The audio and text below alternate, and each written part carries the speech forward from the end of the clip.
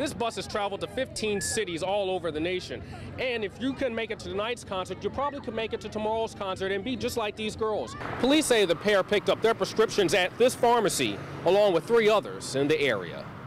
Talking on the cell phone while behind the wheel of a car can be a tough habit to break for some.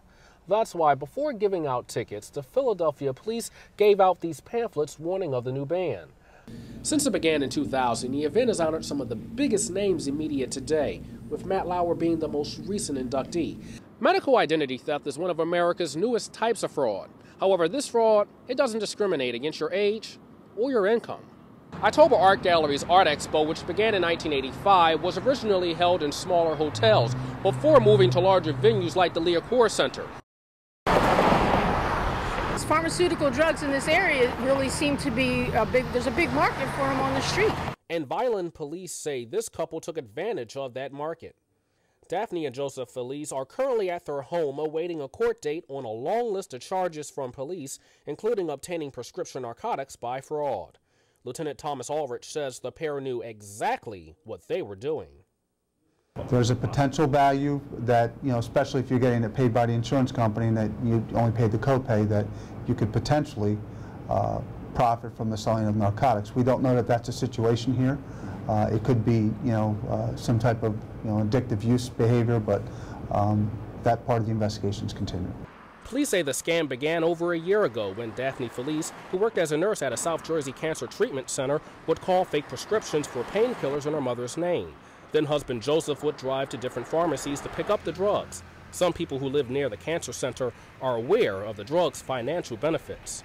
And an 80-milligram tablet of Oxycontin might bring $50 a piece. So if somebody can get a script for 30 of them, they've just made themselves some money. Police say the pair picked up their prescriptions at this pharmacy, along with 3 others in the area.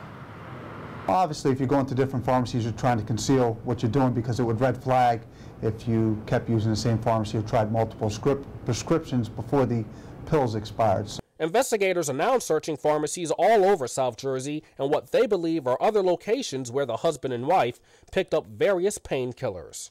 In Vineland, New Jersey, Bryant Maddrick, Fox 29 News. Philadelphia has continued handing out traffic tickets to those caught driving while on a cell phone. Earlier this week, I got a chance to find out more about how the new city law is working. You see them in cars just about everywhere. Everybody's got to make a call. It's like they got to answer that call when it comes. And when it comes, if motorists pick up a phone while driving, the next thing that comes is a ticket. Since December, Philadelphia police have enforced a law they say is working. We think it's a good law. We're enforcing this one now. It's only a few months in, and we've written over 3,000 of them. The law has many supporters like Luis Rodriguez, who knows firsthand the downside of distracted driving. I've seen plenty of accidents with my own eyes with people being on cell phone. I got hit one time with a person being on a cell phone, so yeah, I think it's a good idea.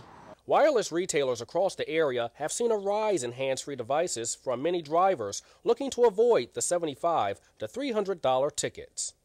We've seen a good number of people buying more accessories when it comes to Bluetooths and headsets, the wired headsets, which has been good, and I think that's a reflection of the new law which just came up.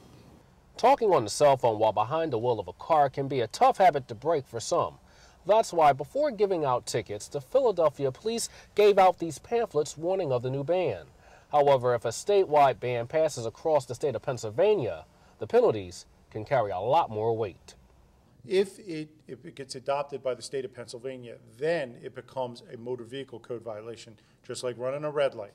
So when you're stopped, you'll be given a traffic summons, which will go against your license. It'll be recorded by the state. Despite the apparent success, the ban does have skeptics.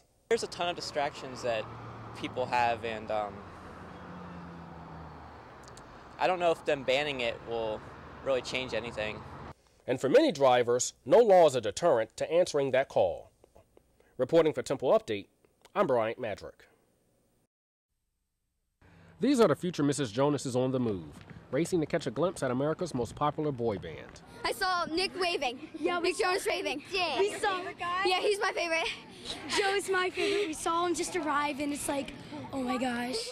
For Jersey's own the Jonas Brothers, the trio has grown a loyal following of young girls based on their clean, good looks and hit songs. I like Look Me in the Eyes and Burning Up. And these girls are burning up for this boy band. I think Nick, I don't know, he's just so cute and his voice just is amazing. And he's more my age. I like Kevin because he's cute and I like how he plays guitar. I don't have a favorite because I think it's mean to pick a favorite because they're like all amazing in their own way. Amazing in the type of way that has helped the pop band sell out 20,000 seats in their 2 nights at the Wachovia Center, and in the process, capture the hearts of many fans. This bus has traveled to 15 cities all over the nation.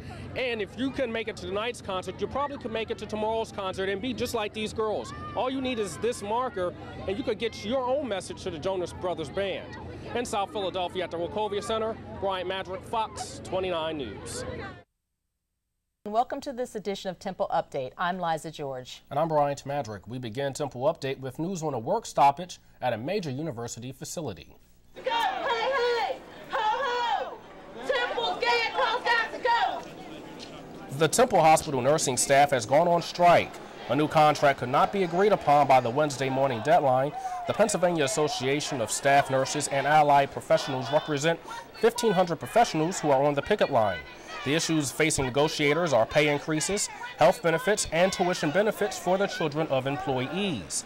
The last bargaining session was held on March 15th.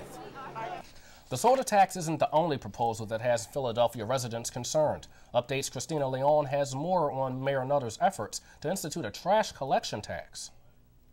Well, if you're not the type of person who watches what they eat, a new fast food sanction is making consumers more aware of what they're putting into their bodies. Update Sydney Grant has the story. Hello and welcome to this edition of Temple Update. I'm Bryant Maddrick. And I'm Sydney Grant. It's been a busy week at Temple as students have returned from spring break. And the buzz on campus is all about where the basketball teams will be playing in the NCAA tournaments. And standing by in Update Newsroom is Josh Filomeno.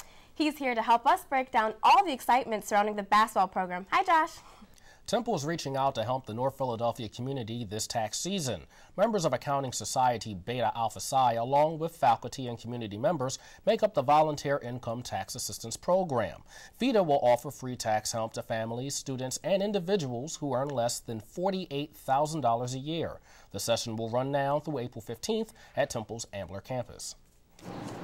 A familiar sight on Temple's campus is almost set to reopen. The Baptist Temple was built nearly 120 years ago to accommodate seating for Temple founder Russell Conwell's speeches. After a 2-year renovation, the faculty is now going to serve as a cultural arts center, playing host to concerts, lectures, film screenings, and private events. The Baptist Temple is scheduled to reopen on April 14th. Temple University has named Kenneth Blank its new Senior Vice Provost for Research and Graduate Education. Blank has served for many years as researcher at the Schools of Medicine at the University of Pennsylvania and Drexel University. He will be responsible for increasing research dollars allocated to Temple and leading the growth of new research opportunities. He will start his new job in May.